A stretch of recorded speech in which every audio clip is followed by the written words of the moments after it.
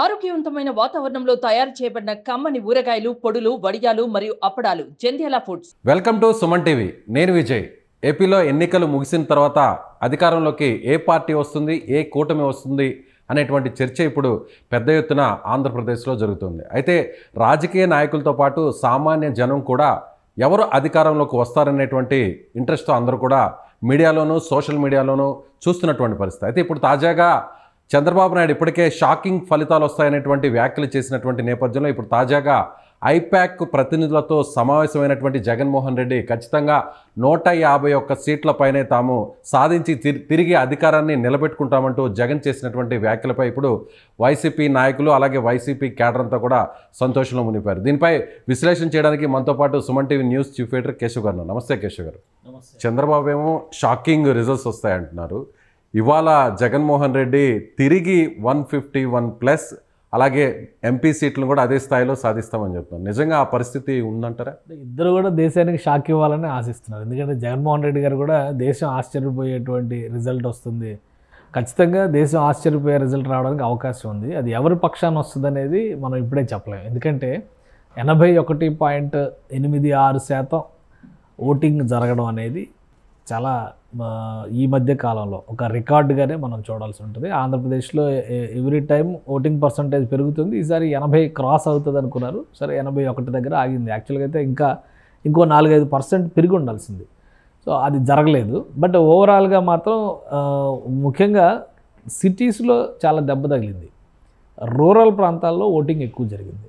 విశాఖపట్నంలో 60-65% లోపే ఉంది, విజయవాడలో 60-65% లోపే ఉంది, తిరుపతిలో 60-65% అంటే 63% దగ్గరే ఉంది తిరుపతిలో కూడా.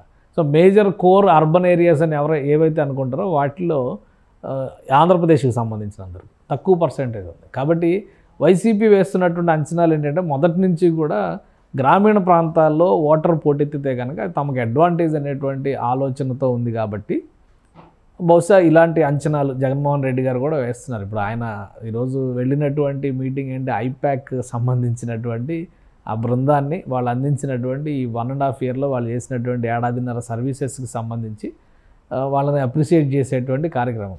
సో అసలు గ్రౌండ్ రిపోర్ట్ వాళ్ళు ఇవ్వాలి, కానీ సీఎం గారు ఇచ్చారు రివర్స్లో అనమాట.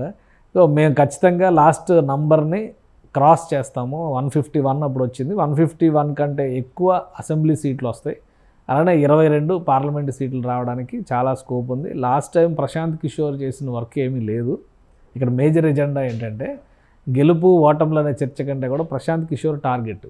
ఎందుకంటే గత ఎన్నికలకి సంబంధించి పోలింగ్కి 4-5 రోజుల ముందర నుంచి ఆంధ్రప్రదేశ్కి సంబంధించినటువంటి కొన్ని మీడియా హౌసెస్లో ప్రశాంత్ కిషోర్ చేసినటువంటి వ్యాఖ్యలు, అంతకుముందర జాతీయ మీడియా సంస్థలతో చేసినటువంటి వ్యాఖ్యలు, ఈసారి ఎట్టి పరిస్థితుల్లో కూడా జగన్మోహన్ రెడ్డి ప్రభుత్వం వైసీపీ అధికారంలోకి వచ్చే అవకాశం లేదు, ప్రజలు ఇచ్చినటువంటి అద్భుతమైనటువంటి అవకాశాన్ని ఆయన దుర్వినియోగపరిచారన్న రీతిలో ప్రశాంత్ కిషోర్ మాట్లాడుతూ వచ్చారు. దానికి ఒక కౌంటర్ స్టెప్ ఇచ్చే విధంగా సీఎం జగన్మోహన్ రెడ్డి మాట్లాడినట్టు ఉంది, కానీ గ్రౌండ్ రిపోర్ట్ని యాక్చువల్ రియాలిటీస్ని దృష్టిలో పెట్టుకుని చేసినటువంటి వ్యాఖ్యలుగా పరిగణించడానికి అవకాశం లేదు. క్యాడర్లో ఒక రకమైనటువంటి జోష్ను పెంచడానికి ఇలాంటి వ్యాఖ్యలు చేస్తారు. ఎందుకంటే ఇప్పుడు ఎన్నికలు జరిగిన తర్వాత ఒక రకమైన వాతావరణం ఆంధ్రప్రదేశ్లో నెలకొంది. ఇంకా 15 రోజులు పైనే వెయిట్ చేయాల్సినటువంటి పరిస్థితి ఉంది. ఈ 16-17 రోజులు జగన్మోహన్ రెడ్డి గారు కూడా ఆంధ్రప్రదేశ్లో అందుబాటులో ఉండేటువంటి పరిస్థితి లేదు. ఆయన యూరోప్ పర్యటనకి వెళుతున్నారు ఫ్యామిలీతో కలిసి. కాబట్టి దాదాపు 12 రోజులు టూర్ ప్లాన్ చేశారు. మళ్ళీ ఆయన 1వ తారీఖున ఆంధ్రప్రదేశ్కి వస్తారు, 17వ తారీఖున బయలుదేరితే. సో ఈ గ్యాప్లో మొత్తంగా చర్చ జరుగుతున్నటువంటి విషయం ఏంటంటే ఎవరు గెలుస్తారనే దాని మీద విపక్ష కూటమికి కొన్ని పాజిటివ్ సంకేతాలు ఉన్నాయి. ఎందుకంటే చంద్రబాబు నాయుడు గారికి అలానే పవన్ కళ్యాణ్ గారికి వారణాసిలో ప్రధానమంత్రి ఆహ్వానం పలకడం, ఎన్డీఏ కూటమి మీటింగ్లో పార్టిసిపేట్ చేయడం, ఇవన్నీ ఎలా ఉన్నాయంటే అక్కడ ఏదో ఎన్డీఏ ప్రభుత్వమే ఆంధ్రప్రదేశ్లో ఏర్పడబోతుంది. ఎందుకంటే కేంద్రంలో ఉన్నటువంటి వాళ్ళకి కొంత ఇంటెలిజెన్స్ రిపోర్ట్స్ అవి ఉంటాయి కాబట్టి ఒక సంకేతం ఉంది. సో ఇవన్నీ చూసిన నేపథ్యంలో కొంతమంది అధికార పార్టీ నేతలు కూడా కొంత స్తబ్దతను పాటిస్తున్నారు, కొన్ని చోట్ల ఉద్రిక్తతలు పెరుగుతున్నాయి. రేపు ఏం జరుగుద్ది ఏంటి అనేటువంటి బహుశా ఆ కోణంలోనే జరుగుతున్నట్టుగా. సో వీటన్నిటినీ పటాపంచలు చేసేటువంటి క్రమంలో జగన్మోహన్ రెడ్డి గారు వాళ్ళందరిలో ఒక జోష్ తీసుకొచ్చేటువంటి వ్యాఖ్యలు చేసినట్టుగా మనం చూడాల్సి ఉంటుంది. ఏడాదిన్నర కాలంగా వైసీపీ ప్రణాళికలో కానీ వైసీపీ కార్యనిర్వహణలో కానీ ఐపాక్ చేసినటువంటి సర్వీసెస్, అందులో వివిధ దశల్లో వివిధ రకాల పాత్రలు పోషించినటువంటి వ్యక్తులు. వీళ్ళందరితో కూడా ఆయన 1-to-1 ఫస్ట్ టైం ఇంటరాక్ట్ అయ్యారు. ఐపాక్ సక్సెస్ రేటు ప్రశాంత్ కిషోర్కి చెందదు అనేటువంటి ఒక విశ్లేషణ చేశారు. లాస్ట్ టైం కూడా 150 సీట్లు వస్తాయి అనేటువంటి మాటని ప్రశాంత్ కిషోర్ కూడా దాన్ని డైజెస్ట్ చేసుకోలేకపోయారు, అది రిసీవ్ చేసుకోలేకపోయారు, అది కరెక్ట్ కాదేమో అనేటువంటి ఒక అనుమానంతోనే చూశారు. కానీ ఆ సక్సెస్ చేసిందంతా ఎవరంటే ఐపాక్ టీం. అది ఇప్పుడు రిషిరాజ్ టీం అనేటువంటి మాట ఆయన మాట్లాడారు అక్కడ మీటింగ్లో, అందరూ చూశారు అది. సో అంటే ఎట్లా ఉందంటే ఇది ఆయనని కౌంటర్ చేస్తూ ఐపాక్ ప్లస్ ప్రశాంత్ కిషోర్ ఇది వేరు. కాబట్టి అప్పుడు ప్రశాంత్ కిషోర్ చెప్పినటువంటి వ్యాఖ్యలు ఆ రోజే నమ్మకం లేని వ్యక్తి ఈరోజు ఆయన చెప్పే వ్యాఖ్యలకు అసలు నమ్మాల్సిన అవసరమే లేదు అనేటువంటి ఒక కౌంటర్ ఇచ్చారు అందులో ఇంటర్నల్గానే. సో ఇంకొకటి ఏంటంటే ఆయన సొంత క్యాడర్లో కూడా ఇది ఒక జోష్ తీసుకొచ్చేటువంటి అంశం. ఈ 10 రోజుల చర్చకి ముఖ్యమంత్రి గారు చెప్పారు కాబట్టి ఖచ్చితంగా ఆయనకు కొంత రిపోర్ట్ ఉంటుంది. ఎందుకంటే ఆయన కంట్రోల్లో ఇంటెలిజెన్స్ రిపోర్ట్స్ వచ్చేటువంటి అవకాశం ఉంటాయి కదా. కాబట్టి ఆయనకు ఒక గ్రౌండ్ రిపోర్ట్స్ ఉండి ఉంటాయి బహుశా. అందుకనే మనమే అధికారంలోకి వస్తాం అనేటువంటి ధీమాని వైఎస్ఆర్సీపీ శ్రేణుల్లో నింపడానికి కావాల్సినటువంటి ఎత్తుగడ, ఈ సంవత్సరంన్నర సర్వీసెస్కి సంబంధించి వాళ్ళకి కృతజ్ఞతాపూర్వక సభ, అలానే ఆయన మళ్ళీ రెండోసారి వస్తే ఏ విధంగా ఉండబోతుంది, ఇప్పుడు ఉన్న పాలన కంటే కూడా ఇంకా అద్భుతమైనటువంటి పాలనను అందిస్తాం అనేటువంటి ఒక హింట్ ఇచ్చి జగన్మోహన్ రెడ్డి గారు ఇంక బహుశా ఇదే లాస్ట్ స్పీచ్. ఆయన విదేశీ పర్యటనకి వెళ్ళి వచ్చిన తర్వాతే మళ్ళీ ఏదైనా రియాక్ట్ అయ్యేటువంటి వచ్చేస్తాయి కాబట్టి ఒకటి తర్వాత ఆల్రెడీ ఎగ్జిట్ పోల్స్ కూడా రిజల్ట్స్ వస్తాయి కాబట్టి సో ఇదే లాస్ట్ స్పీచ్ అనుకో. బహుశా ఈ స్పీచ్ తర్వాత ఆయన ఎక్కడ పబ్లిక్ ఫోరమ్స్లో మాట్లాడే అవకాశం ఉండకపోవచ్చు. ఎందుకంటే విదేశీ పర్యటన అది ప్యూర్లీ పర్సనల్ టూర్ అన్నారు. సో పర్సనల్ టూర్లో ఏమైనా ఉంటే ఫోటోగ్రాఫ్స్ అవి ఏమన్నా సరదా ఫోటోలు ఉంటే వస్తాయి, వచ్చిన తర్వాత మళ్ళీ అధికారికంగా మాట్లాడే అవకాశం ఉంటుంది. కానీ కొన్ని ట్రోలింగ్స్ కూడా జరుగుతున్నాయి.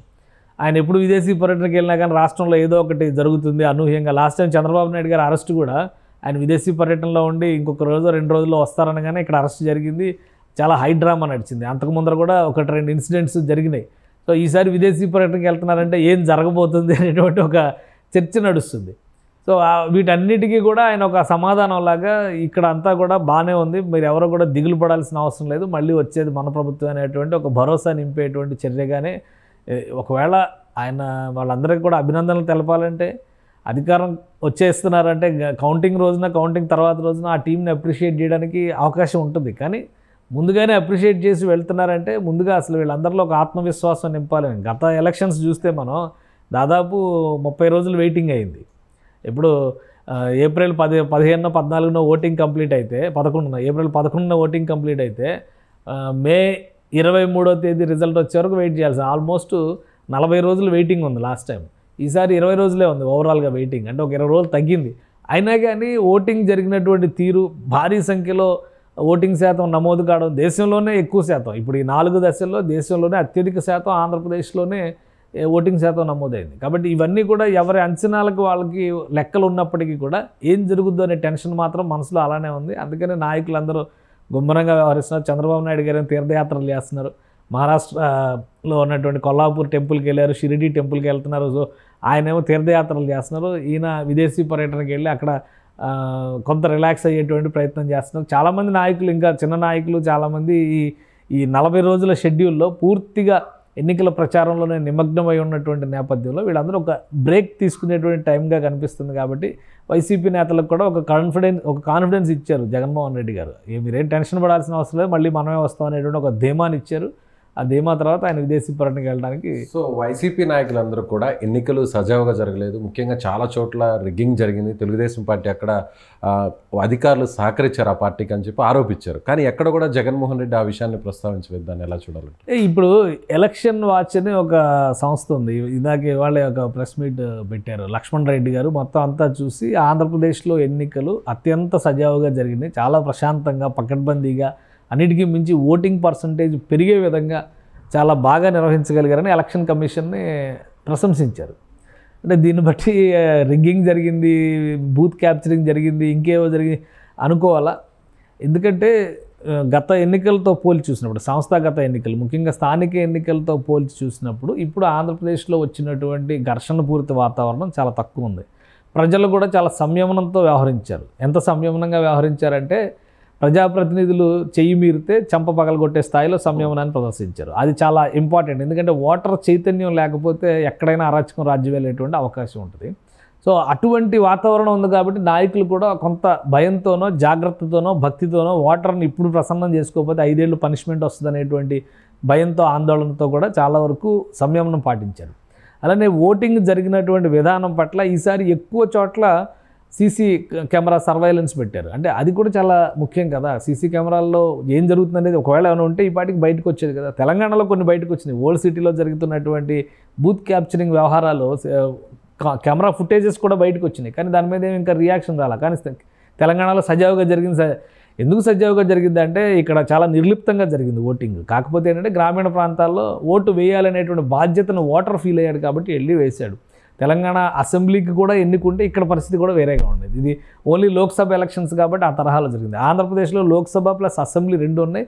ఆల్రెడీ 14 నియోజకవర్గాలని ఎలక్షన్ కమిషన్ సమస్యాత్మక కేంద్రాలుగా గుర్తించింది. అక్కడ పారామిలిటరీ ఫోర్సెస్ని అదనంగా డిప్లాయ్ చేసింది. అదేవిధంగా సీసీ కెమెరా కూడా 24 hours అక్కడ ఎంతసేపు ఓటింగ్ జరిగితే అంతసేపు సర్వైలెన్స్. అందుకనే బూత్ క్యాప్చరింగ్ అనే దానికి అక్కడ అవకాశం దొరకలేదు. కొన్ని చిన్న చిన్న సమస్యలు వచ్చినప్పుడు వాటిని వెంటనే రెక్టిఫై చేయడానికి కావాల్సినటువంటి వ్యవస్థని అక్కడ అధికారులు కూడా ఎలక్షన్ కమిషన్ కూడా చాలా స్పష్టంగా చేసుకోగలిగింది. ఆ ఘర్షణలు లేవు. కొన్ని చోట్ల ఏదో పవర్ కట్ వచ్చిందన్నారు, మళ్ళీ తర్వాత సెట్ అయిందన్నారు. ఈవెన్ పిఠాపురంలో కూడా కొన్ని కంప్లైంట్లు వచ్చినాయి. ఇవన్నీ కూడా దాదాపుగా ఒక క్షణాలు అనలేం కానీ కొన్ని గంటల వ్యవధిలో కొన్ని నిమిషాల వ్యవధిలో పరిష్కరించినటువంటి సమస్యలు ఉన్నాయి కాబట్టి అక్కడితో కథ ముగిసింది. ఇక్కడ జరుగుతున్నటువంటి హింస అంతా కూడా పోస్ట్ పోల్ వైలెన్స్. ఎన్నికలు ముగిసిన తర్వాత ఘర్షణలు మొదలైనాయి. సో ఎందుకు ఘర్షణలు మొదలైనాయి అంటే ఓడిపోతామన్న ఆందోళన కావచ్చు, ఓటింగ్ జరిగినటువంటి విధానం పట్ల ఉన్నటువంటి భయాలు కావచ్చు, అలానే పరస్పరం ఉన్నటువంటి కక్షలు, రేపు అధికారం చేజారితే మళ్ళీ మనకు ఛాన్స్ రాదేమో, ఇప్పుడే ఒక పని అక్కడ ఉన్నటువంటి ప్రత్యర్థి వర్గం పైన పైచేయి సాధించాలనేటువంటి వ్యూహం కావచ్చు. ఇవన్నీ కూడా కొన్ని వచ్చినాయి కదా. ఇప్పుడు పులివర్తి నాని పైన జరిగిన అటాక్కి సంబంధించి సీసీ కెమెరా ఫుటేజ్ కూడా బయటకు వచ్చింది కదా. సో ఇట్లాంటివన్నీ ఆళ్ళగడ్డలో కూడా జరిగింది. అప్పుడు కారుతో ఒక వ్యక్తిని ఢీకొట్టే డైరెక్ట్గా అభ్యర్థి ఇంటి ముందర ఉన్నటువంటి బాడీ గార్డ్ని కారుతో గుద్దించుకొని వెళ్ళిపోయారు. సో ఇవన్నీ ఏంటంటే వాళ్ళ కక్షలతో సంబంధించి వాళ్ళు ఓడిపోతామన్న ఆందోళన నుంచి వస్తున్నటువంటి ప్రతీకార చర్యలుగానే మనం చూడాల్సి ఉంటుంది. కానీ ఎన్నికల నిర్వహణకు సంబంధించి అంటే క్యాన్వాసింగ్ దగ్గర నుంచి ఎప్పుడైతే నోటిఫికేషన్ రిలీజ్ అయిందో అక్కడి నుంచి చూస్తే కనుక అంటే నామినేషన్స్ వేసేటువంటి ప్రక్రియ దగ్గర నుంచి పోలింగ్ ప్రక్రియ వరకు మొదటి దశ, ఆ దశ మొత్తం కూడా చాలా సమగ్రంగా పటిష్టంగా వ్యూహాత్మకంగా చేయగలరు. ఇప్పుడు రెండో దశ ఏంటంటే స్ట్రాంగ్ రూముల్లో ఉన్నటువంటి బ్యాలెట్ బాక్సులు ఈవీఎం మిషన్స్ని కాపాడడం అనేది రెండో దశ. ఆల్రెడీ ఒక కంప్లైంట్ వచ్చింది. నాగార్జున యూనివర్సిటీ ఆచార్య నాగార్జున యూనివర్సిటీలో స్ట్రాంగ్ రూమ్లో ఉన్నటువంటి దానికి సమీపంలోనే ఇంటెలిజెన్స్ మీటింగ్ ఒకటి జరిగిందండి. యాక్చువల్గా అయితే అక్కడంతా పారామిలిటరీ ఫోర్సెస్ ఉండాలి. కానీ సిఐఎస్ఎఫ్ వాళ్ళనో లేదంటే ఈ ర్యాపిడ్ యాక్షన్ ఫోర్స్ వాళ్ళనో ఎవరైనా అక్కడ ఉన్న వాళ్ళందరినీ కూడా పక్కకు జరిపేసి సిఆర్పిఎఫ్ని కానీ పక్కకు జరిపేసి ఈ ప్రత్యేకంగా ఇంటెలిజెన్స్ మీటింగ్ పెట్టారు. దానికి పర్మిషన్ ఎవరు ఇచ్చారు, అనుమతి ఎవరు ఇచ్చారు, ఏంటి అనేటువంటి చర్చ నడుస్తుంది. సో ఇప్పుడు ఉన్నటువంటి తక్షణ బాధ్యత ఏంటంటే ఈ 20 రోజులు దాదాపు 16 రోజులు ఉన్నట్టుగా ఉంది. ఇన్ని రోజులు కూడా ఈవీఎం మిషన్స్ని భద్రంగా కాపాడడం అనేది చాలా క్లిష్టమైనటువంటి ప్రక్రియ. అలానే ఎన్నికల కమిషన్ చెప్పింది 11 చోట్ల ఈవీఎం మిషన్లు పగలగొట్టారు. వీళ్ళు ఆవేశంగా గతంలో మనం చూసేవాళ్ళం బ్యాలెట్ బాక్సులు ఇంకు పోసేవాళ్ళు, ఎందుకంటే మొత్తం కలిసిపోతాయని.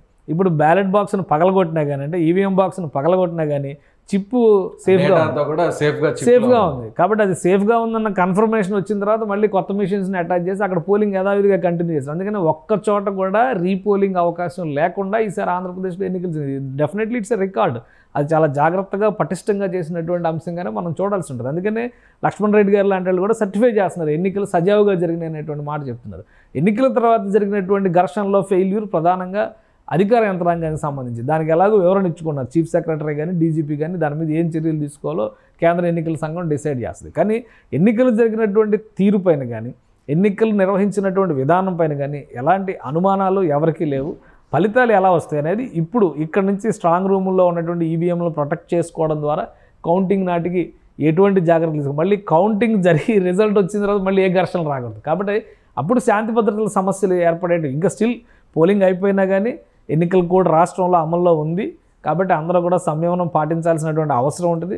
ఎవరిది గెలుపైనా ఎవరిది ఓటమైనా కానీ అది ప్రజాస్వామ్యం గెలుపు కింద మనం చూడాల్సి ఉంటుంది. అంతేగాని గెలిచినవాడు ఓడిన వాడిని చంపేయొచ్చు అని అధికారం వచ్చినట్టు లేదంటే ఓడిన వాడిని తుడిముట్టించేటువంటి రైట్స్ వచ్చినట్టుగా ఫీల్ అవ్వడానికి అవకాశం లేదు. ఒకసారి వీళ్ళు గెలిస్తే ఇంకోసారి అసలు నిజమైన ప్రజాస్వామ్యం ఒకే నాయకుడిని శాశ్వతంగా ఎప్పుడూ గుర్తించుకోదు.